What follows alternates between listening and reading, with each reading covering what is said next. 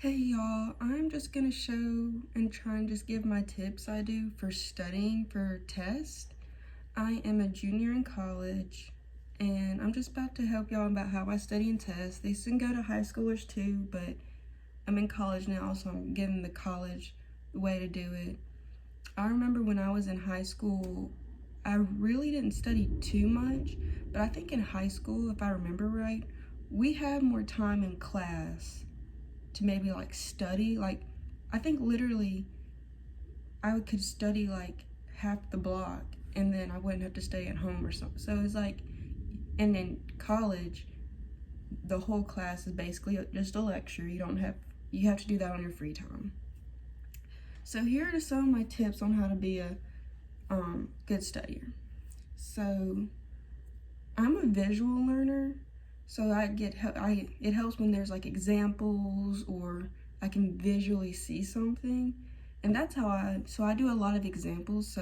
And I do Quizlet. That's how I do everything because I like to test myself. So I do examples on there and different things like that just to make sure I understand, or I give like also like this blah blah blah. And then so it's actually proven, it's one of the things we actually learn in like psychology and stuff, so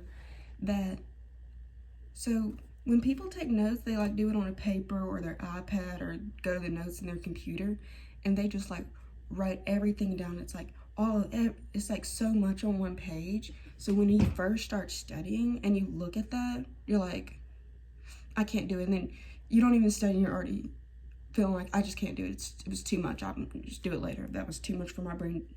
Looking at it was too much for my brain to handle. So when you need to break stuff down. So I used to study like that because that's how everybody else studied. And I was just like, whatever. And then I'd have to move it to my Quizlet and it takes so long. Now as soon as I sit down in class, I start my Quizlet. And then, so if there's like a lot of stuff on one slide, I break it down within my Quizlet. So it's like, I try and do 2 to 3 sentences max on my Quizlet. So when it's like, oh, this. And also, it just also makes it harder because not necessarily in high school, because you could maybe match a word or two and it'd be like good. In college, you need to understand the full concept. It basically, and especially as you get like more upper into the your main classes that I guess go to your major, you really need to understand the concept because everything is like, all right, say if this person walked into your room and they have this problem, what do you do? And then you have to tell them like, okay. So it's not really definitions, it's more example, what would you do? And it's also like, what I don't like is what would best fit. Maybe 2 answers is good, but the best fit. And then you also have to base stuff kind of off your professor. So what I mean like that, like right now, one of my professors is like by the book. You read the book, you're good. So me and my friend, we just met this semester. And last semester we realized we had like the same teacher or whatever. And she made a B and I made an A.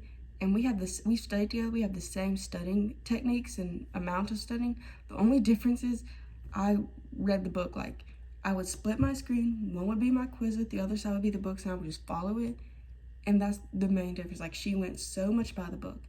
And then I have another teacher this semester, like, I don't even open my book because she goes a bit more based off her, and it's just the base for what she goes off of. But for the most part, it's her thoughts, ideas, and so I don't really get my book because I just need to go off that. So kind of know your professor. And then another thing is, like, some professors may be more like history based, like who came up with this idea, what person, and you may have to get this person. Other professors may not care too much about the history and put as much importance on it.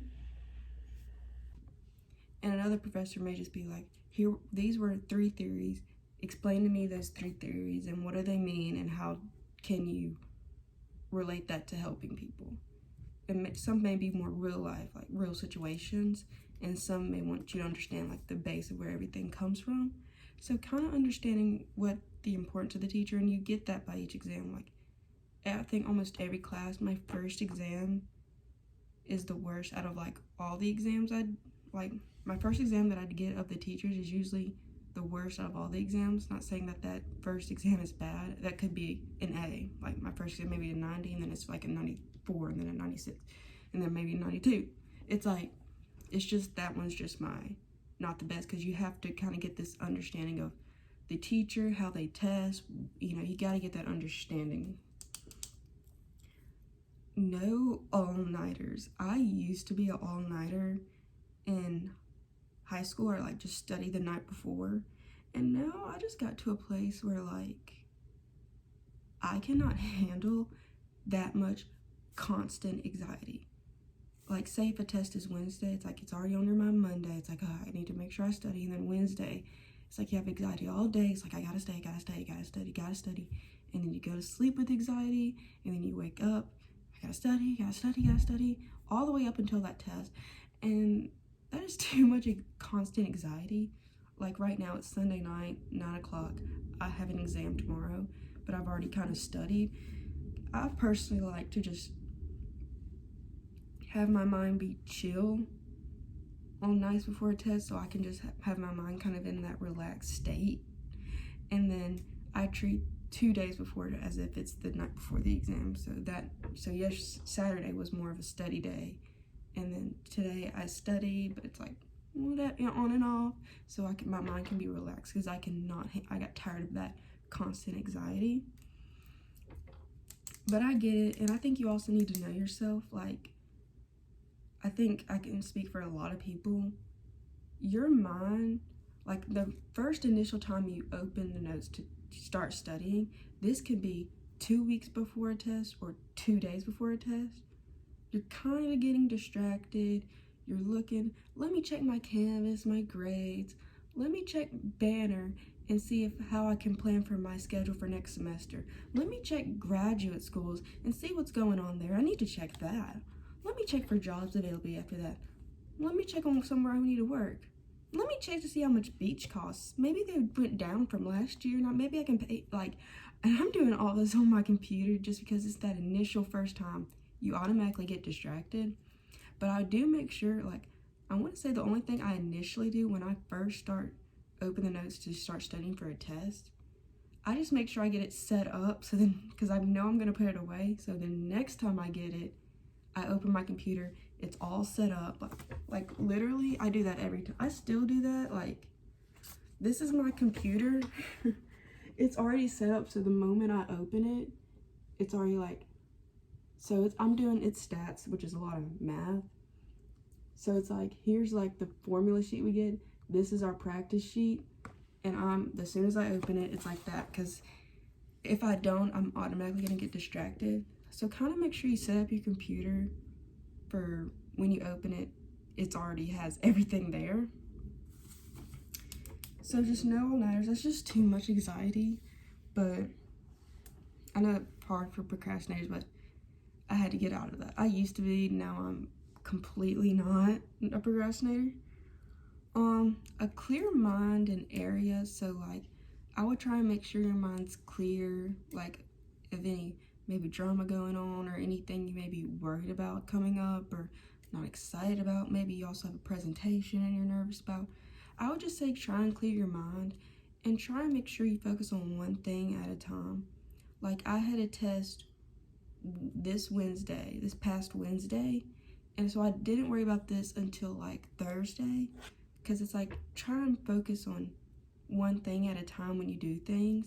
And I try and match up, after I get done with this, I need to pick a presentation topic and kind of start thinking about that and read a book. Those are my 2 things after I take this test tomorrow that I need to try and have on my horizon, I guess. I don't know. But so kind of just one thing at a time. And I know that's hard if you have an exam Monday and also an exam Tuesday.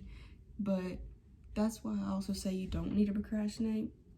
In high school as well, but also college, there are so many small things that just pop up that you just have to concern yourself about, like grocery shopping. I have to go grocery shopping tomorrow, so it's you know, it's like stuff that, and then you have stuff, random stuff, like something may happen to your car, you might get in a wreck, you might need to, there's so many random stuff that might pop up that you don't really need to procrastinate it. And I think that was easier in high school because you were living with your parents. But I also had to do that too because you have a job, and I know a lot of high schoolers have jobs. So it's also good not to procrastinate that when you're having to balance so much. But especially in college when you're out on your own, you just need to make sure, because so many things just pop up. Like, one thing about me that happened was like my rent didn't go through, so I had to go and handle that. And then, but it was like I was working kind of like an 8 to 5, so it was like in between my classes for my on-campus job. So it's like, just make sure you don't procrastinate, because there are things that do pop up that you need to give your attention to. So you need to make sure you just keep that in mind. And like I said before, you just get distracted easily. Like, I know if I lay in bed, laundry could be done. I didn't even know this. Let me just dust. I haven't dusted in a while. Just stuff like that kind of pops up. So just make sure you kind of clear your mind the best you can. I study at home, but I know a lot of people, they go to the library and study just because it leaves all you can do. But I'm too busy to, like, look at their walking. Are they coming towards me? Like, I get too distracted. I just like staying here in my own environment. And yeah, so know yourself. If your mind's not in it to study, do not make yourself study, because you get exhausted and it up for no reason. Like, if this thing's open and I've literally gone over things and it's like, this is not getting in my brain because my mind's not in it. If your mind's not really in it to study at that moment, and you know when your mind's not in it, you know, like, oh, I gotta study. Okay, let's just do it. And you understand yourself and know if your mind's not in it, don't study. Just take a nap, do whatever you need to do, eat. And make sure you really do, like, I really have to make sure, like, if I'm hungry or I know I'm starting to get hungry, I just stop, because if I'm hungry, I'm not really gonna be able to study good. If I'm tired, that's why I don't do all-nighters, because if I'm tired, it's not gonna go good in your mind as if you were more alert. So listen to your body and understand what your body needs. So I personally, if you have somebody, just communicate and talk to them about what you're learning and just explain to them the concept. That really does help. I will get on the phone with my family and I'll just explain to them, like, what I'm learning, blah, blah, this, that, and I'll just go through my notes and tell them what I'm learning. I'll go through the book, depending on the teacher, and I'll just kind of tell them what's going on and back and forth. And it also can help, because even if it's like, I'm majoring in psychology, my aunt's a nurse, and she has helped me, like, bounce stuff, like, no, this is kind of to explain it better. This is kind of how it works. So even stuff can sometimes cross go and they understand, and especially family, because, they're older, so they do know a couple things about, like, maybe what you're learning and have experienced some stuff. So it does help talking to people. You can also talk to, like, friends, people in class. I'm sure there's a lot of people, so it just helps just to talk about it. Not even talk about it, you don't have to, it's just explaining it to somebody and just let it be that.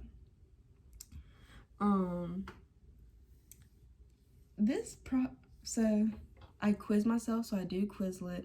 I love Quizlet. And when you type in, so Quizlet, everybody probably knows Quizlet, but I'll just explain it. So it's like flashcards basically. And when I do it, I just do like a question, and in the back it's like 2 to 3 sentences max. Because if you do anything more, it starts to get overwhelming to your eye, and that already automatically discourages you. And I think that's like scientifically proven. I completely understand if you can't do this. Like, my sister cannot do it, she's ADHD. But I watch TV 5 forward, 10 back. So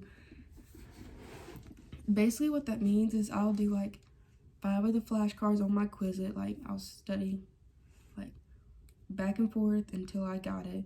Then the second one back and forth, third, all the way to the 5th. And then it's like I go back, redo it, test myself, and then I do 5 more. So I go to 10, do those 5 all the way to 10, and then I go back to 1 and quiz myself, and then I go to 15, and then I go to 5 and quiz those 10. I do that all the way through, and say I go to 100, so I go to 100, and then I do it again, but this time I do 10 forward, 10 back, 10 forward, 10 back. So it's like I go to 10, then back, then I go to 20, then to 10, and I'll maybe do like 15, 20, then back, and it just depends on how well I know it. And then I promise you, you will have, out of 100, probably 90%, 85 to 90% of those cards down. That is the best thing ever. I do that every time. There's nothing else you take from it. 5 forward, 10 back. 5 forward, 10 back. And I do that twice, and by the 3rd time, I got it. I got them, and then maybe there's 15, I don't know, and then the 4th time, I got it. I got them. That's the best thing I've ever done. Like, I live by that. I do it every time for every class. Except for math class, I just keep on, like, right now. I love it. We have an in-class worksheet practice problem, and we have a practice problem outside, and I keep doing them. That's what I do for math, but I still have a quiz for math just to get those little, like, she does like 10 questions maybe about like stuff around it. So I also do it for that too, but most for all my classes. And most classes, besides maybe major math classes, it's like 50 multiple choice. So 5 forward, 10 back. You can do it flashcards, Quizlet, but it's so good to quiz yourself. That literally helps me so much. And I'll explain why I watch TV. So I watch TV because it gives myself those little breaks that I wouldn't usually get. So like right now I watch Outer Banks. That's my comfort show right now. I love Outer Banks. But my wife and kids, I'll watch either, or Chrisley Knows Best. They're in jail right now. So I don't know, I'm sad that they're ending. But I'll put it like on my computer as I'm watching my, like, I'll do my computer up and then put my phone. I know double electronics, I'm sorry. But I will watch TV, and it just gives me those little breaks I guess I don't think I need, because I feel like when you're just sitting there and it just feels like you're studying constantly, I feel like I get so burnt out, like, oh, I need a break. But I feel like once I close it and then get my phone and take a break, it's so hard for me to get back to it.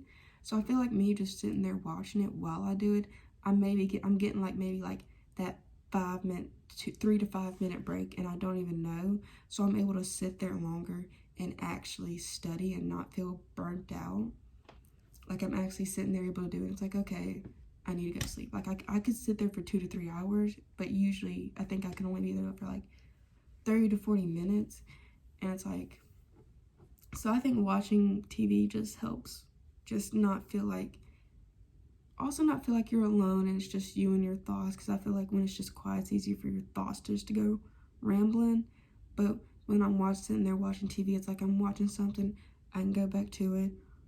And it's like, I watch a show that you know. Don't watch a show like I'm about to sit and watch Scandal, because I can't watch that while I study, because I don't know what's about to happen. So I need to pay attention to see what's going to happen. See what Olivia Pope's about to get up to, who she's about to just use her queen powers on. I love Olivia Pope. And I just need to see what's going on, and I don't know what's going on. So watch a show that you like know by heart, or a movie that you just know, you know what's going to happen. And it's just like some noise, background noise. And it's like, it's helping my thoughts not just go rambling, and just help me sitting there, help me concentrate, I guess. But so those are my tips to help studying. I really hope this helped y'all. And thank y'all for watching my video. Please like, comment, and subscribe.